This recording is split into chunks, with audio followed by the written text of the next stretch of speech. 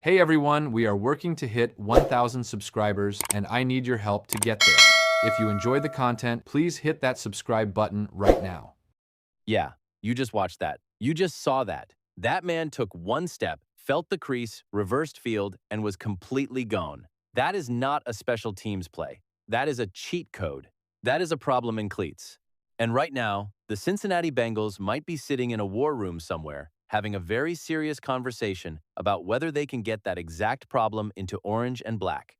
I'm Dre. This is Dre Talk Sports. And today we are breaking down one of the most quietly explosive trade scenarios bubbling up across the entire NFL this offseason.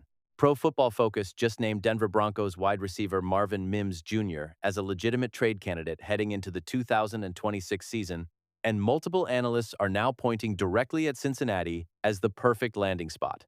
Before you even think about scrolling away, I need you to stay locked in because the case for this move is genuinely stronger than most people are giving it credit for, and the case against it has some real teeth, too. By the time we are done here, you are going to have a very clear opinion on this one way or the other. Let's get into it. So let me start with what is actually happening in Denver right now, because the Broncos situation is the engine driving this entire rumor. Earlier this offseason, Denver went out and traded a first-round pick to bring in Jalen Waddle from Miami. That is a massive move. That is a statement move. When you give up a first-round pick for a receiver of Waddle's caliber, you are telling your quarterback and your fan base that you are in full win-now mode. And honestly, good for them. But here is the collateral damage that comes with that kind of blockbuster acquisition. Somebody already on the roster gets squeezed out. And right now, that somebody appears to be Marvin Mims Jr. Think about the depth chart situation Denver is working with heading into this season. You have Jalen Waddle, you have Cortland Sutton. Those two are locked in as the top options, no debate, no discussion. Then behind them, you have Troy Franklin and Pat Bryant, two young receivers who both showed genuine flashes last season and are pushing hard for that third receiver role. And then you have Mims, a two-time All-Pro return man, a legitimate deep threat, a 2-4-year old second-round pick who was supposed to be a cornerstone of this receiving core, and right now he is potentially fifth on the depth chart. FIFTH. For a player entering a contract year with that kind of explosiveness and that kind of upside, that situation is simply not going to work. Denver's front office knows it, the league knows it, and now the trade rumors are flying. According to reporting from multiple NFL insiders and analysts, Denver is unlikely to extend Mims at this point, which is the clearest possible signal that a trade is being seriously considered. When a team stops talking about keeping a player long-term, that means the front office has already started making phone calls. And here is what makes this situation even more compelling from a trade value standpoint. Mims is playing on the final year of his four-year rookie contract, carrying a cap hit of just over $6 million for the 2026 season. In today's NFL receiver market, that is practically free. Any team that acquires Marvin Mims right now gets a young, explosive playmaker at a bargain price and gets to negotiate a long-term extension on their own terms afterward. That is a genuinely attractive proposition for a contending team looking to add a piece without blowing up their cap structure. Now let me tell you who Marvin Mims actually is, because people outside of Denver have been sleeping on this man for 3 years. Mims was the very first draft pick of the Sean Payton era in Denver. The Broncos used a second-round selection on him out of Oklahoma in 2023, and on pure athletic traits, the justification for that pick was obvious the moment you watched him move. This man has legitimate track speed on an NFL field. We are not talking about a guy who looks fast on tape and then gets clocked at a disappointing 40 time. We are talking about a player who regularly turns routine plays into explosive gains simply because his first step and top-end speed are on a completely different level than most defenders he lines up against. According to Pro Football Focus, Mims has posted a career receiving grade of over 70 on their scale, with nearly 1.75 yards per route run throughout his career. And where he is genuinely elite, like borderline unfair, is on deep passes, where Pro Football Focus graded him at a 94.3 receiving mark. That is not a role player number. That is a number that tells you this man can absolutely hurt you when the ball goes down the field. The production has not always been there in terms of raw counting stats, and I will be honest about that in a minute. But the talent? The talent has never been the question in Denver. Here is where Dre has to give you the full picture, because I am not going to sit here and sell you a story that is rosier than reality. The honest truth is that Mims has not fully delivered on the promise of being a second-round pick across his first 3 NFL seasons. The receiving numbers have been modest. There have been stretches where he has disappeared from games completely. And you can point to the quarterback chaos in Denver over the last few years as a legitimate mitigating factor when you cycle through multiple starters and your offense lacks consistency. It is genuinely hard to develop as a receiver. But even accounting for all of that context, Mims has not yet shown that he can be a reliable, consistent weapon as a traditional receiver in the NFL. Now, here is the part of this conversation where everything shifts. Because evaluating Marvin Mims purely as a wide receiver is like evaluating a Swiss Army knife by only looking at the bottle opener. The man's complete value does not live in his receiving stats. It lives in the return game, and what he does there is absolutely special. Over the course of his career so far, Mims is averaging over 26 yards per kick return. That alone is solid. But the punt return numbers are where this thing gets genuinely ridiculous. This past season, according to multiple analysts who have covered his game extensively, Mims averaged 15.5 yards per punt return across his attempts, 15 and a half yards.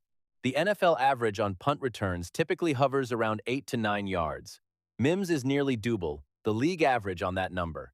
He was named the AFC Special Teams Player of the Week during the 2025 season after a 8-yard punt return touchdown against the Raiders, where he literally emerged from a pile of bodies and turned it into 6 points. He has shown the ability to change field position and change games in a way that most receivers simply cannot.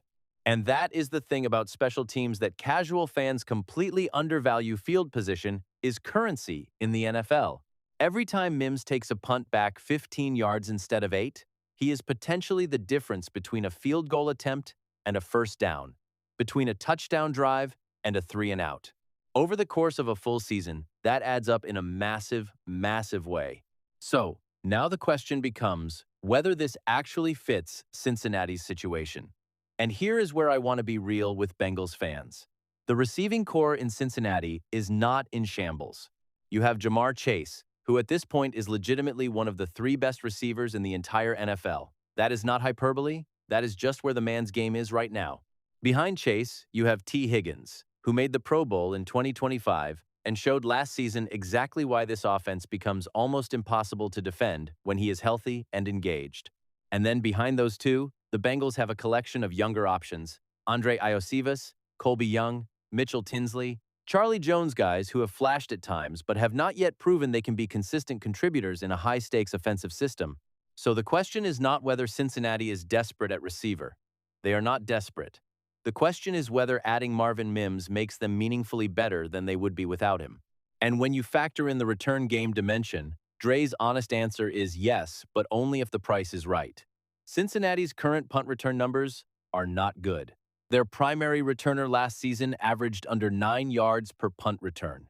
That is league average at best. Mims coming in and immediately transforming that unit from average to genuinely threatening is a real, tangible upgrade that shows up in the win column. You do not have to believe in Mims as a receiver 3 to see the value there.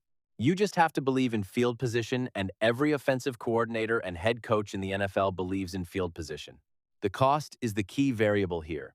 As reported by multiple NFL analysts who have covered this situation, the smart ask from Denver would be somewhere in the range of a 4th or 5th round draft pick for Mims. That is it. That is all.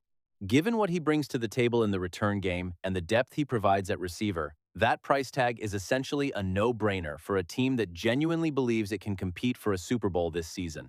Now, if Denver gets greedy and tries to leverage his age and his upside into a 2nd or 3rd round compensation ask, then Cincinnati should absolutely walk away. At that price, the risk-reward stops making sense, especially when the Bengals could turn around and address their needs through free agency instead. And look, I will give you the alternative scenario because it is a legitimate one. The Bengals could absolutely bypass this entire trade conversation and simply sign a proven veteran receiver who brings immediate production and 0 development risk. A seasoned veteran slot weapon, or a physical outside presence with a track record in this league, would step into that number 3 role right away and contribute from day one without requiring any adjustment period or any patience from the coaching staff. That path exists. That path is clean. But here is the difference: that path does not give you a Marvin Mims on punt returns. That veteran receiver is not averaging 15.5 yards every time he catches a kick. The return game dimension is what separates this option from everything else Cincinnati could do at this position. There is also a development angle here that deserves serious attention. Mims is 24 years old.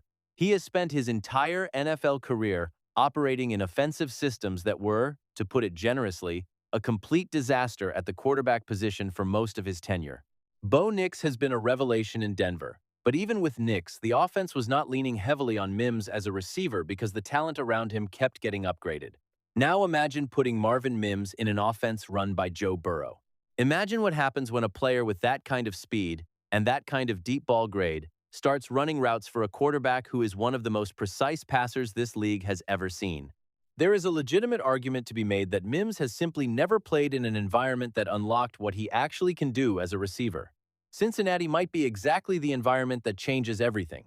Dre's personal take? This trade makes sense. It makes real sense. But I want it done at a day 3 pick, nothing more. A 4th-round selection, maybe a 5th. You are not trading a 2nd for Marvin Mims. You are not trading a 3rd. You are gambling a late pick on a 2-4-year-old with freakish athleticism, a career-year environment waiting for him in Cincinnati, and one of the most dangerous return games in the entire NFL. That gamble, at that price, is a bet I am making every single time. The Bengals are 1 or 2 pieces away from being a legitimate championship contender. Joe Burrow is healthy. Jamar Chase is a monster. T. Higgins is a Pro Bowler. The defense is being built around this window right now. Every single offseason move matters when you are that close. Marvin Mims, at the right price, is one of those moves that could quietly make the difference between a playoff exit and a Super Bowl run. Do not sleep on this one. The question now is whether the Bengals front office is actually willing to pull the trigger, or whether they let another team swoop in and steal a deal that should have had Cincinnati written all over it. You know how this league works. Somebody is going to make this move. The only question is whether it is the Bengals or whether they are watching Mims torch them from somebody else's sideline come October. All right, that is the full breakdown.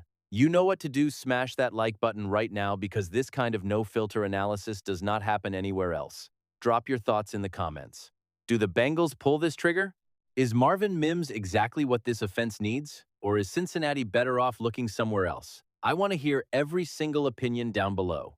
And if you are not subscribed to Dre Talk Sports yet, what are you actually doing?